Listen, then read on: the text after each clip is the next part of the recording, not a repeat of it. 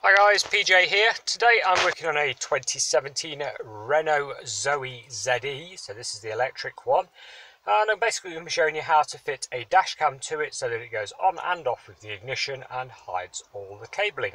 Nice simple process to do, shouldn't be too difficult, should be completed in under an hour.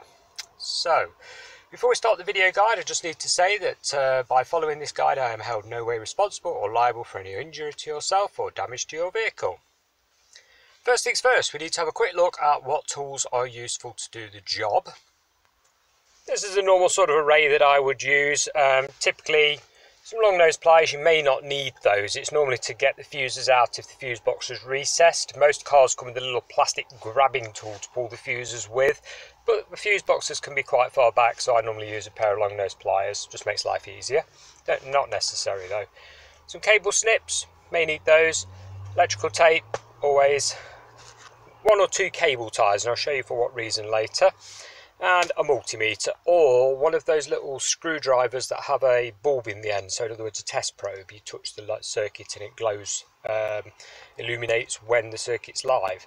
This is a same sort of thing. We'll be putting this on a 12 volt setting. There's 20, look, and it will register the voltage on the fuse that we're going to use for the dash cam. Now next up, ideally, you're going to buy a fitting kit for your dash cam. Okay, now most dash cams have fitting kits available so that you don't have to use the original cable that comes with it, and you will normally get a fitting kit like this. This has got mini USB on the end that plugs into the camera. Yours may be different, of course. Most have got a ferrite filter on the end. That's to help with interference on DAB radios. If it's not fitted already, they normally just open up. You lay the cable across it, loop it round the back and then out again, and then close it shut. Nice and simple.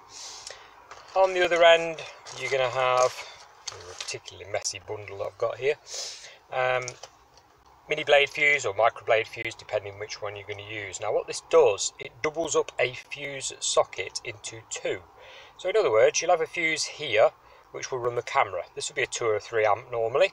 And then you'll have a spare space here to put the fuse in that you remove from the fuse box, because you'll be removing a fuse from the fuse box that is an accessory position fuse. In other words, nothing that runs ABS, ECU or airbags or anything like that. It must be an accessory fuse, and once we've removed it after testing the circuit with our multimeter, that fuse will go in there.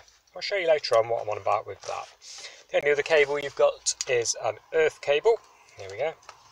The black wire, look, and it's a chassis earth, so mount that to the chassis of the vehicle. We'll find a suitable bolt or locating mount for that shortly. Now then, on this particular car, the fuse box is located here. So if you open your glove box, let's get the camera view for you there so you can see. Pull this panel, and there you go. There's your fuses. Nice and easy to get to, not a problem at all, and we'll have to test those to see which one of them is ignition switched fuse, and I will show you that shortly as well. First things first, we need to prepare our cable. Okay, so obviously we're going to go to the left hand side of the mirror on a right hand drive car. You have to keep the camera out of the wiper sweep area for it to be legal, well, at least in the UK anyway. So we just want basically a couple of inches of wire hanging down from the headlining of the vehicle, basically enough to twist to be able to plug into your camera. So what we're going to do is carefully run up here to the top of the headlining, yeah, so there's your mirror look. And you can normally put your fingers under it, yeah, and just ease it a little bit. Now do not go at it like a bull in a china shop. It's only made of like a fibre substance. It's very easy to crease and damage, so take care.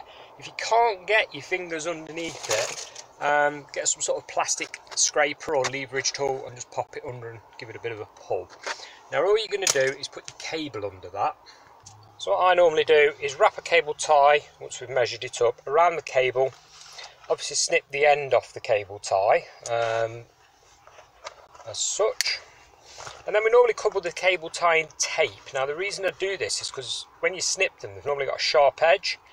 And in theory, over time, that could rub away at the fibre headlining and make a mess of it. The reason I put a blocker here is to stop the cable falling down in front of you while you're driving along. If you hit a pothole or such like, you do not want the whole thing falling down in front of the window screen, you know, while you're trying to drive along. And this is just to beef the cable up, just to keep it above the headlining. So I'm going to cover that in tape now and start stashing it above the headlining, like so. So there we go, it's tucked up nicely in there, the cable tie's holding it in place, it's not going to fall. We run it all the way along until we get to the corner here, and then what we normally would do is the rubber seal here on the door. If you open your door, you can normally just pinch it and pull it away, okay, and that will give you access to move this plastic slightly. Alright, so basically, just pinch, wiggle it, and pull. There we go, all the way off, until we can basically peek behind the plastic trim there. Obviously your cable you're going to tuck down below here and then go down. This particular car has the curtain airbags in the roof, so we're not going to go over an airbag. If your car has them running down the pillar, obviously tuck the cable behind the airbag. You won't set the airbag off, they're quite resilient. You can put your thumb behind it, just sort of pull it away slightly and tuck the cable behind. This one hasn't got airbags here though, so there's nothing there at all. Look, it's up further up here, curtain one that comes down. So we're going to put our cable across, down, tuck it in all the way around so it's all out of sight. We'll probably need our plastic leverage tool to be able to get it in and get a nice seal so it looks factory fitted. Once you've tucked that in, run your cable all the way down. Obviously, you can put your rubber trim back on to hold it in place. There we go, until you get to there. Okay, so when we get to the bottom, like I've just shown you, you can then take this end panel off. This plastic panel here is on clips, and all we do is get our plastic leverage device. There we go. Some are stiff, especially obviously it's a newer car, so the clips are very stiff. You can normally lever them enough to, there we go, pop. And then remove. Rubber seal still holding it, there we go. Now this gives you access to a good earthing point. This bolt here, for example, or this huge bolt here, take your pick. You could remove this 30mm nut, put your earth point behind it, or you could remove this TX20 nut here and put your earthing point behind that, either of which is fine. For the purpose of this video, I'll pop it behind this bolt here and use a washer just so that the nut still, you know, sort of meets up nice and smoothly. So I'll put a washer behind it just to pack it out. Don't worry, you can take that out, your dashboard's not going to move. There's plenty more things holding your dashboard in place, so we can take that completely out and put our earth to it. So there we go, there's it, our earth connection, the black wire with the hoop on the end. So basically we've got the earth on there, a washer so it mounts nice and snug, still does its job properly, and that'd be a really good earthing point for this. You couldn't really get a better one if you tried. Nice and easy to do. Next up, we're going to feed our power cable through. Now this unplugs here, this is bullet connected, yours may or may not be. And all you're going to do is pop it through the hole at the side there. Come round the other side, you can normally get the cable. Oh, it fell out again. This is where you need two hands, guys. Doing everything one-handed is interesting, shall we say. So we'll just feed that through. There we go. Out it comes, ready to go to your fuse box. Your owner's manual will have a full list of fuses in the vehicle, so obviously refer to that one, but you're looking for an accessory one that goes on and off with the ignition.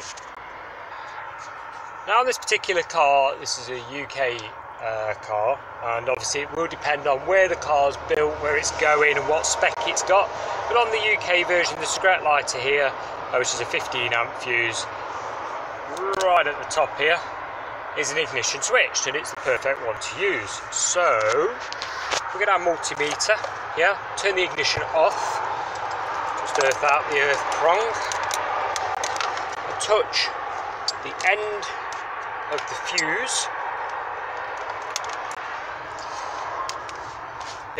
Where are we? Sorry guys. So, if the fuse is in the fuse box, as you can see it's tucked away right at the top, so I can't video it unfortunately. But basically all you do, you see the shiny bits on the top of the fuse, you touch your test prong onto the top of the fuse, yeah?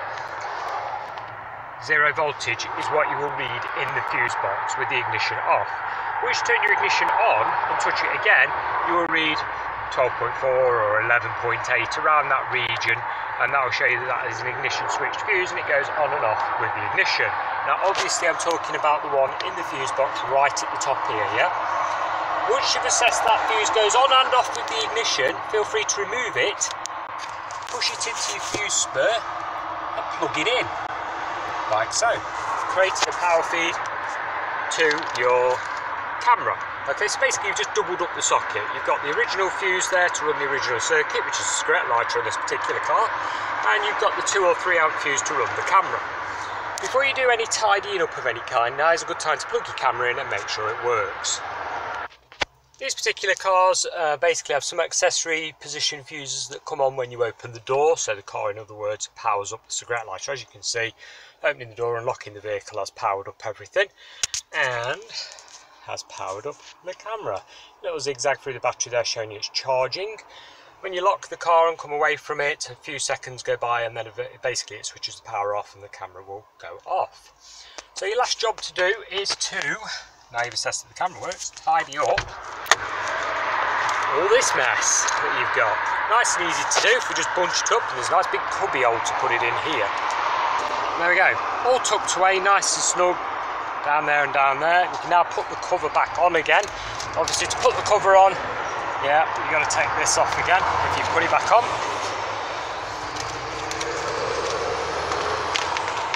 When you're putting the cover back on, just watch you don't trap the cable at the top here. It needs to be sat behind, look. There you go, give that a bit of a click. Rubber seal back, like so. And that is how you fit a dash cam in a Renault Zoe electric. Or these are sort of a Clio, so whatever you really want to call the vehicle depending where it's sold and what country, but that's how you do it, guys. Hopefully this video was of some help to somebody out there. If it was, think about giving us a thumbs up on the video. Thank you very much for watching, and I'll see you again next time in a different car. Goodbye for now.